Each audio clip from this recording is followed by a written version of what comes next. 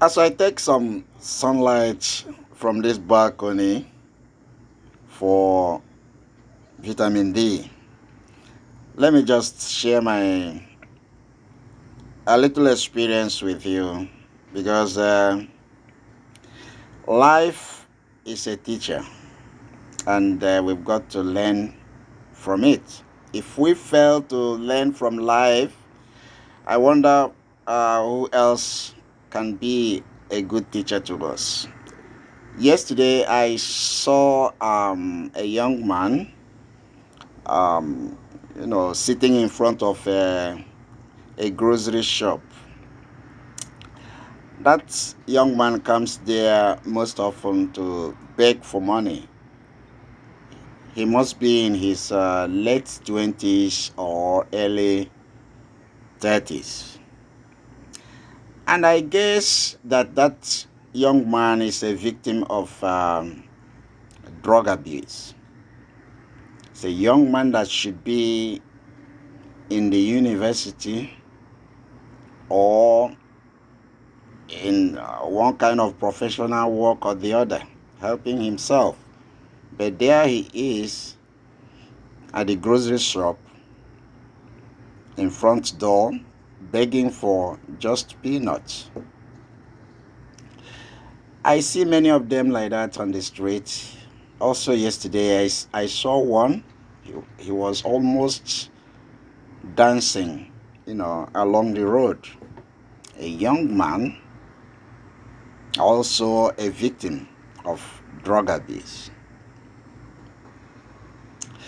And as I see these people, I say to myself, I wonder how much their parents tried to dissuade them, to discourage them from doing this path. And I'm sure the little education they may have had also tried to tell them that, this path is a very bad path. And if incidentally they had opportunity to go to church, I'm sure the church must have told them that it is wrong to take drugs. But here, look at where they are ending. These are young people that should be building their homes, thinking of getting married and, trying to build a family and be useful to themselves. But now, to the eyes of man, they, have destroyed themselves. But don't jubilate yet. Many of us, suffer our own consequences of bad behavior in different ways. An adulterer has his own way of suffering his own consequences. A liar, a thief, a murderer. When we look at such people who have run mad as a result of drug abuse, we think, oh, they are the worst people on this earth. No, they are not. They are not.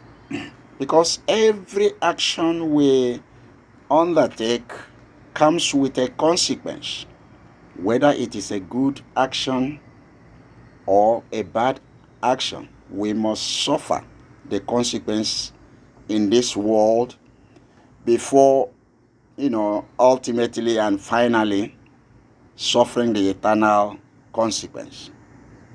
After the consequence in this world, the eternal consequence must follow.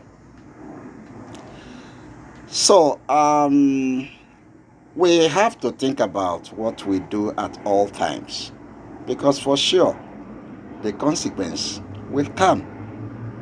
And that is why, the Bible tries to tell us, direct us to the safe way. To the safe way. How can we be safe in this world? That is why we have the Bible as a manual to our lives. Let me read one or two places in the Bible where what the Bible says about how we can be safe in this world. In Philippians chapter 4, in Philippians chapter 4, reading from verse 8. It says, "Finally, brethren, whatsoever things are true, whatsoever things are honest, whatsoever things are just, whatsoever things are pure, whatsoever things are lovely, whatsoever things are good, of good report, if there be any virtue, and if there be any praise, think on these things."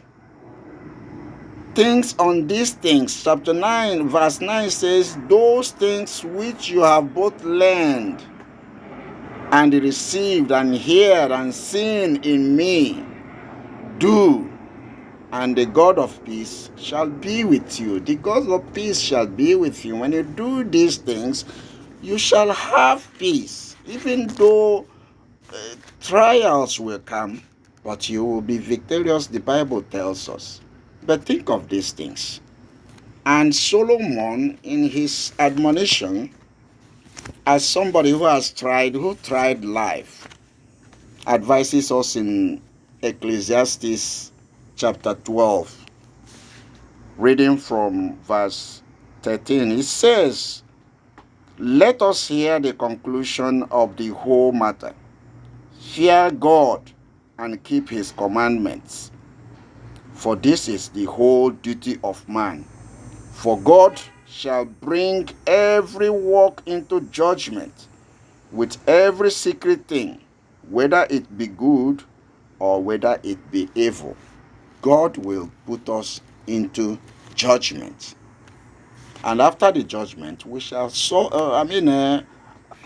receive the consequence for whatever we did, whether good or bad. We shall receive the consequence. So whatever we do today, let us remember that the consequence will eventually meet us up. Anyway, research has made it clear that the group of people, that has the longest average lifespan is the Seventh-day Adventists. This is not by coincidence. The Seventh-day Adventists have been, proved to be the group of people that live longest on this earth. It is not by chance, by any chance. These are people who observe the Sabbath day, because God says that the Sabbath day is blessed and sanctified, that we should keep it holy. And I believe that anyone that observes the Sabbath day will be blessed and also sanctified. Anyway, I'm enjoying my Sabbath. Thank you, and God bless you.